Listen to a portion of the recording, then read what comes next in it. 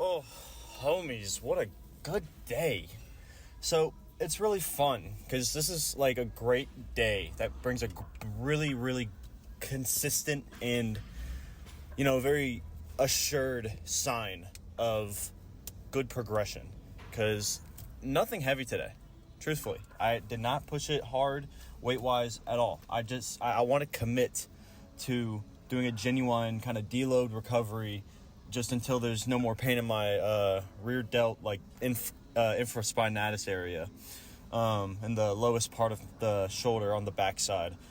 And man, it is really, really assuring to know that the weights are flying as fast and as consistently as they are, even if they are light and they are easier when it comes to the intensity behind them. Because if there was a lot more pain and a lot more tugging, shoots of electricity kind of feeling, or like quick jabs in my shoulder, then that would mean it would probably be a pretty deep, difficult pull to deal with.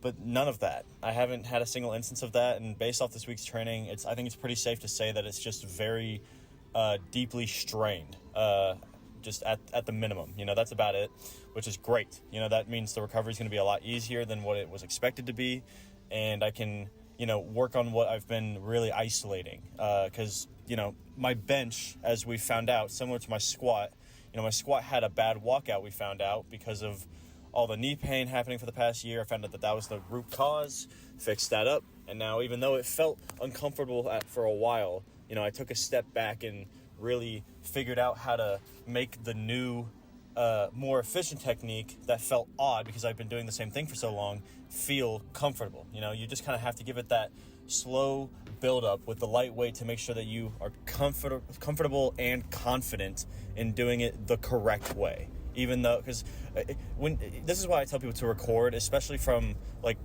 directly behind you whenever you squat or directly in front of you, because it will show you where your imbalances are, where you're limited in whatever lift you're doing. Because I always assumed that I just had like a natural hip shift, or like with my snatch, for example, I've recorded from the front before, and I've seen that my left arm overcompensated a lot in the past, and I just kind of deduced that down to, I had an old injury on that hand, so whatever, who cares? And come to find out that with this shoulder injury, because of my bench press being unaligned, because my feet were unaligned and my hands were unaligned in my starting position, turns out, all these factors adding on top of each other and causing the strain has led to me to see that I truly have just been overcompensating for potentially years. And because the normal feels so comfortable for so long, because you just, I'm very good at my recovery, so I keep the weight minimal when I have to get used to new injuries or new limitations, and I just accept the way that I am. And so I always thought that my imbalance was permanent, that it was going to be incorrectable, and it was always going to be slightly shifted on my left forever. And these small but paramount changes are making it to where I can do everything to the highest extent without having to really worry about it anymore. It feels natural to hold the bar over my head now, because especially when I've been doing like my resistance band exercises, my left side has always overtaken a little bit, which is why like my right pec and my right shoulder have never been stressed out or injured before, versus my left always getting pulled, because there was so much more compensation on my left happening that's just where all the excess and unnecessary force would apply to, which caused most of my injuries to be on the left side of my body and cause all these imbalances. But this is the perfect time for me to reroute that deep-rooted mentalities and physical techniques that my body believe are fully correct, when truly mentally I know that they're not. And so right now I'm in that kind of middle battle where my mental's fighting my physical a good bit, because I have to show myself visually, especially, so that my mind can accept where I'm at, that feet are in the right position, I'm exactly where the bar is supposed to be, fully symmetrical. So even if it doesn't feel symmetrical, it will in the long run. It just means I'm imbalanced, and I have to get used to that. Especially on the bench right now. The bench, I haven't really benched in a week, so I don't doubt that I was feeling a bit weak today, but I can tell it's evening out already. You know, my left side felt a little weak when I started, but it slowly got more and more confident as I went.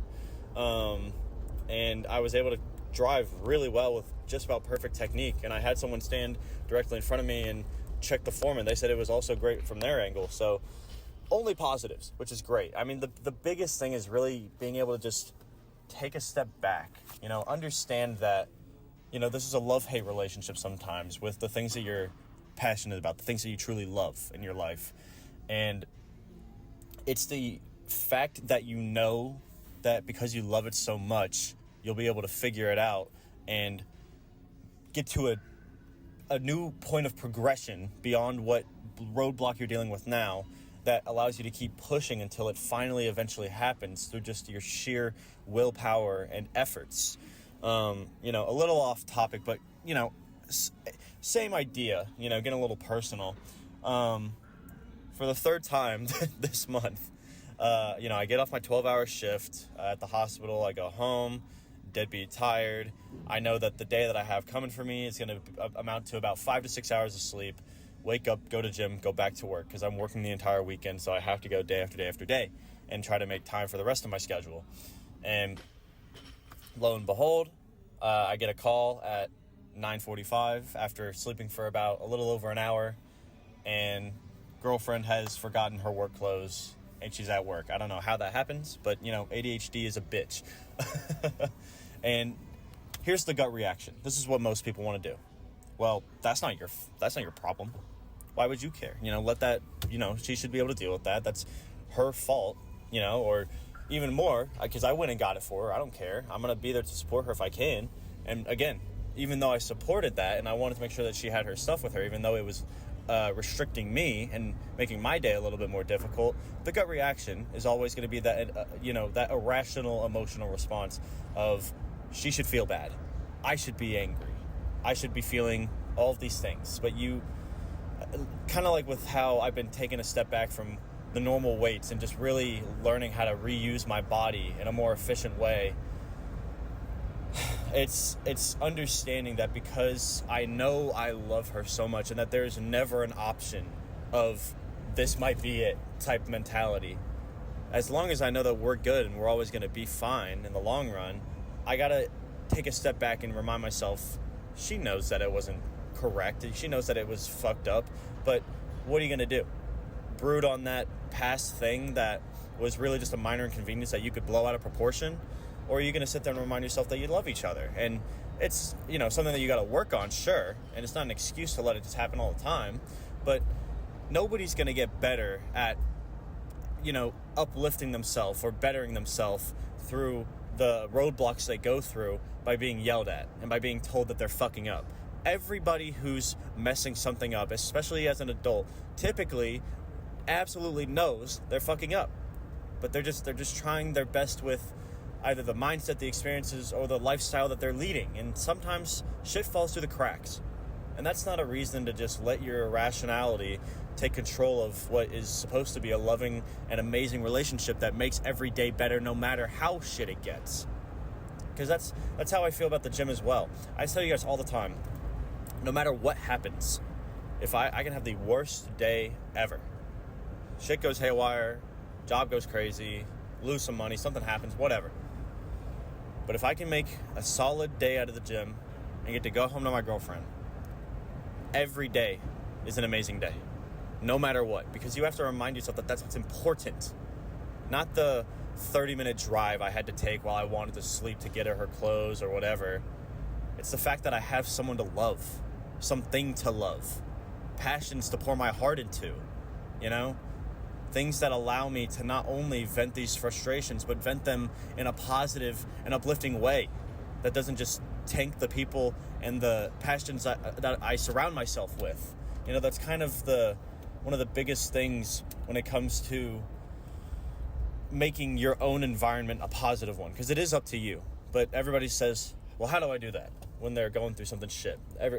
Before you've been able to do it once and you really know how to do it and you can believe it, people want answers. People want a solution. People want to know what exactly to do. And it's truly just being able to pick and choose what you decide to be affected by, whether positive or negative. You decide what things, what stimuli influence your day to the highest extent. Because I could have sit there and brooded all day long about how I shouldn't have had to wake up, and now I got less sleep, and now I'm more tired, and I'm pissed, whatever. But I could also look and say, well, hey, I might be less sleep, but I still have time to go to the gym. And what's a little bit more sleep? I can just be slightly more rushed. Is that really that big a deal? To have just a little bit more of a time constraint in order to support those that just were genuinely calling for help? Because that's what you gotta also remind yourself of. Kind of like how when your body starts breaking down and you got to take that time to really acknowledge that instead of just trying to push through that pain. My girlfriend called me. She knew I was sleeping. She knew that it was fucked up, and she knew that it wasn't going to make me happy. But she called me anyway. And that wasn't for selfish reasons. It's because we're people that love each other. And that means that you have to be there for them when they're in that point of need and that point of help where they don't know what to do next. And even if it seems obvious to most people, we're not most people, damn it. We're our own individual people with unique experiences and unique ways of going through our own livelihoods. You can't compare that to anyone else, especially your progress in the gym. The snatches today were flying great. I didn't have any pain, which is awesome because I definitely was overdoing it the other day on it, which means that I'm going to be able to bounce back quicker. And the bench is what I hurt my shoulder on. So I thought for sure that that's what was going to really come back to bite me. But the thumb's length angle is the best decision I could have made. I have such good drive that even though my core wasn't locked in like it normally is because I haven't benched in over a week, and I honestly wasn't giving it as much passion as normal because I didn't want to overdo it, I still was able to drive through really hard, because like the snatch was just recovery. 185 is not a big deal. But the fact that on bench, after over a week of not benching and also being injured and also trying out new technique that I hadn't gotten used to yet, I still did 255 for a burnout at 11 reps. That's pretty fucking nuts. And sure, you could say, oh, well, you should have been able to do that at 275 last time. Give me a fucking week, dude. Give me a month. I don't care how long it takes. I'm going to get there. I promise you that. I'm going to make progress. But it's the fact that I'm allowing myself to just not only accept, but also understand that this step away week, this week where I take some me time, some, recovery, not as highly egotistical, passionate days, but just relaxing, lifting the bare minimum to maintain and recover kind of days, that those are actually going to positively affect myself better than any other day can right now, because that's just what's needed. It's a huge difference between what you want versus what you deserve. And I worked hard for this body, and it's not fair for me to just sit there and throw it away just because I want to lift heavy. Same thing with my relationship type stuff. Why would I throw something away over something so stupid as a minuscule, short-term issue that we can both just sit there and say, hey, that was fucked up. If we need to talk about it and vent, let's do it together, rather than me yelling at you and blaming you. And then at the afterthought, I know you're going to do better. I love you enough, and we've been together for 5.5 years, man. I know that she wants to do better, and I'm always going to do better with my things too.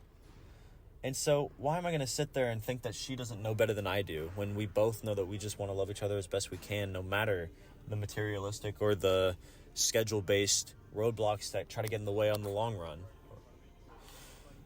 But anyway, had a great day. Physically, easily a very, very solid 8 on the dot. Just right flat. It wasn't crazy. It wasn't as immaculate as typical, but that was the point. I'm not trying to go crazy. I'm just trying to make sure that everything's lined up where I want it to be, and it's getting there very quickly. I've still been doing the resistance band shoulder stability exercises to make sure that I keep the strength up, because that's what's making my imbalance on my left shoulder start to stabilize a lot more.